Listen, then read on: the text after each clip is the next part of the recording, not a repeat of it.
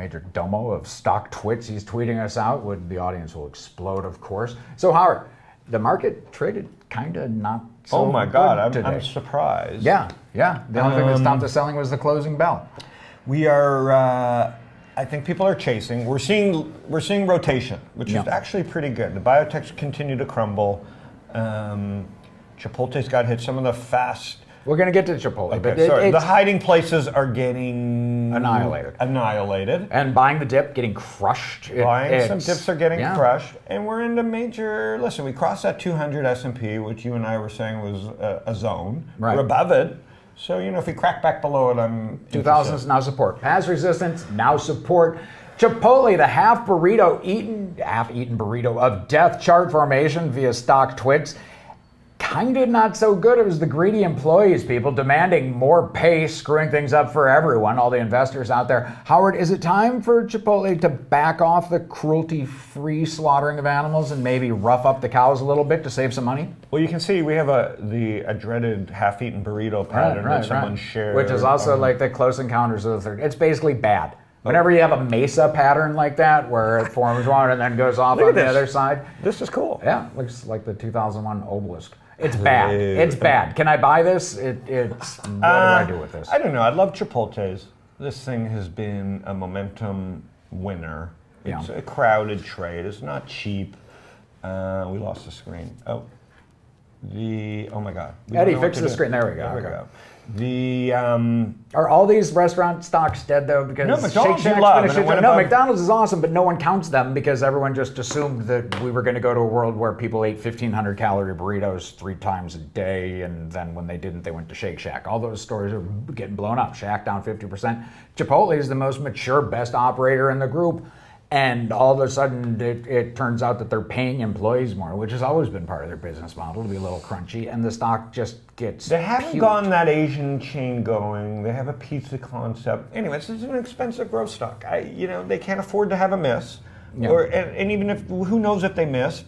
The point is, I'm hungry. Well, that's one thing. I mean, this makes me hungry. It's a good looking burrito. But more importantly is, you can see who even knows if they missed. Companies executing flawlessly, so they're paying people now. Big deal. I mean, it's in, I don't know. You got to be nuts to. Eventually, it's not going to be a surprise that it costs more to get people to what do we work got at next? their little stores. Nothing this company there for me. definitely missed. Marissa cancels Christmas. Yahoo blows up. People questioning whether or not any value is added.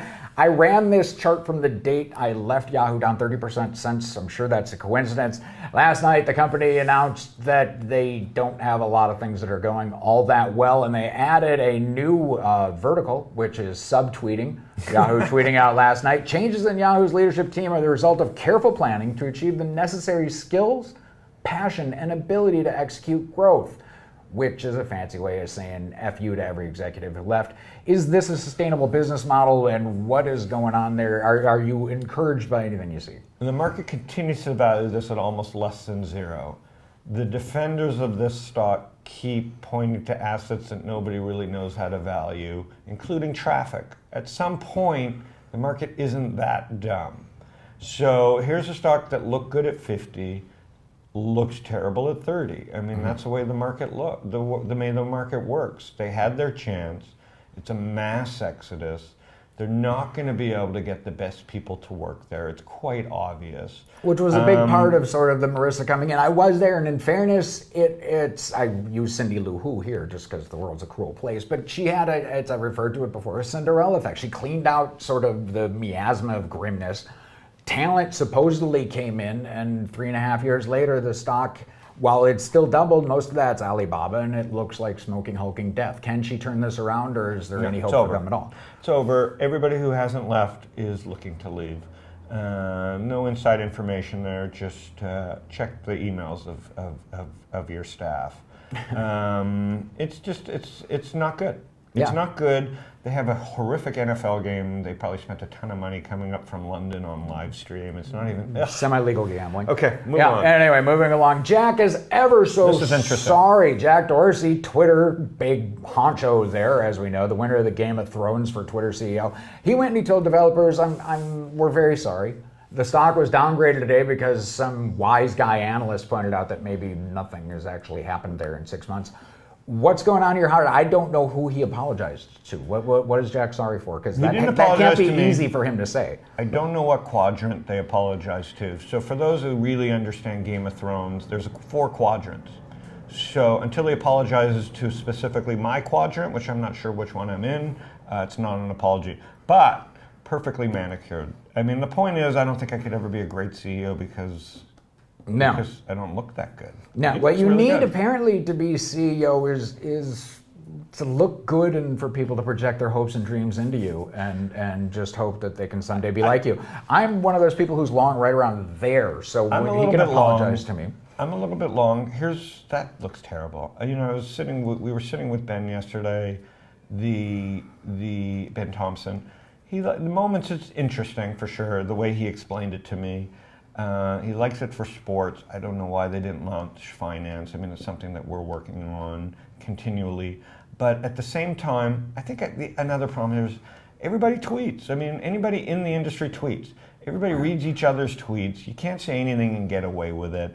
Everybody must fight over what someone said about someone. I'm sure I have half of the staff at Twitter mad at me over some subtweet that I've done. Right. It's a very hard company when you're running a public messaging company as a public company and everybody's subtweeting each other. I'm sure there's just fights all day. And doesn't that argue for someone from the outside who just frankly does not give a shit about the little clicks there and just points out very carefully, you know, the stock is in fact been folded in half over the last 3 months and maybe your little club that has lunch together, you don't have your shit together, so we're going to fire the entire Moments staff. I mean, Moments does have potential. Periscope has potential. Monster, whopping, booming potential. We're sitting on it right now.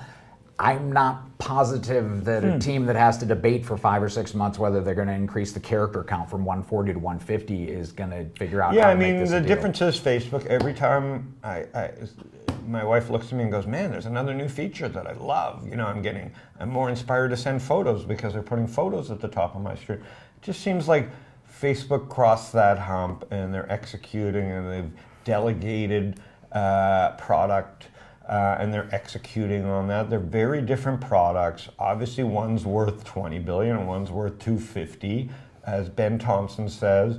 One's underestimated, the other one's probably still overestimated. Facebook doesn't give a crap about being with cool. Twitter. Facebook doesn't care about being cool, and that's become insanely lucrative. You don't get the impression that Hoodie Boy is sitting around saying, oh, you know, if only we didn't just have half this site dedicated to people's new cat pictures. He doesn't give a crap. He just wants people to be there and he'll feed you news you want. Twitter still seems to have kind of a cool guy. Well, Facebook cares about 2 things. They care about Wall Street. They obviously, that when the stock went to 18 and Barron said it was going to 0, Facebook listened. They also care about what their users think around the world, which is we want different things. Different cultures want different things. So Twitter just, and again, it may be the fact that it's such an addictive product to the smartest people in the world that everybody's reading this giant echo chamber and it's hard to get outside themselves. Whereas Facebook really is used as a utility for friends talking to friends. Right. And most of the world knows how to deal with that. And so they're building products for friends talking to friends. And so Twitter is the best product of all of them, but because being the best product, to be the best product, they can't be the best public company. And I think that's going to continue to be the problem. It's no fault of anybody when your product's so good that changing it will wreck the, it's just a conundrum. Right. Well, if you do it right, there was an old show called Mystery Science Theater 2000 where it was basically just a guy who sat in front of really bad movies and gave him crap the entire time. And it was funny because he was a witty guy. Twitter at its best has these opportunities to monetize over and over because it takes events like the political debate, and if you're following the right people, it's actually hysterical. It's a riot. It makes it watchable, which is insane. That's akin to levitating in terms of the actual skill and the ability to make the Democratic debate interesting when it's Sanders and Hillary. But because of copyright laws, and Ben was explaining this, because of copyright laws, if they pull in a public message, so Twitter, they're limited by what. Also, the fact is, like Getty Image, they can't pull in the wrong thing. Right. So supposedly they're doing as good as they can with Moments. But they're not, because but the opportunity there is you have a huge audience And the people who are not there need an on-ramp to get to the funny, snarky stuff. And you can't do it in moments isn't the answer to pull it. They need a way to say, here are the 15 people who are actually popular in finance, Twitter, or whatever. That's where we're closest. But political, the people with the best insights, the most retweeted, the fact that Trump is going to live tweet the category. They need to monetize that because that's their on-road into the masses. That gets it away from dorks like us just talking to each other all day. No, they should embrace dorks like us talking to us. They should deliver us audience. They should, but they can also deliver us audience by saying, you know what, these are people to follow. They have trenchant political observations that are funny, and it'll make this debate transcend from unwatchable to something that is incredible. Hopefully they figure it out for guys like us. But every Super Bowl, every baseball playoff game is better with Twitter, and that's why the people like it so much. That is what would make it accessible to the populace, because there are a lot of people plenty bored by baseball, and if they can figure out a way to give you those follows, to show non-users how to use it without them feeling like they're approaching some clique that they're not part of and they're going to get made fun of by the cool kids, they need to get through that, because otherwise it's going to fail the wife test every day. Wife, husband, whoever's the technophobe in the household, you can't explain Twitter to them. Okay. That's all right, we do. will see you tomorrow. That's Panic. The world ends tomorrow. Be sure to tune in. We'll break it down for you, assuming we're all here. Peace. Eddie, close the camera.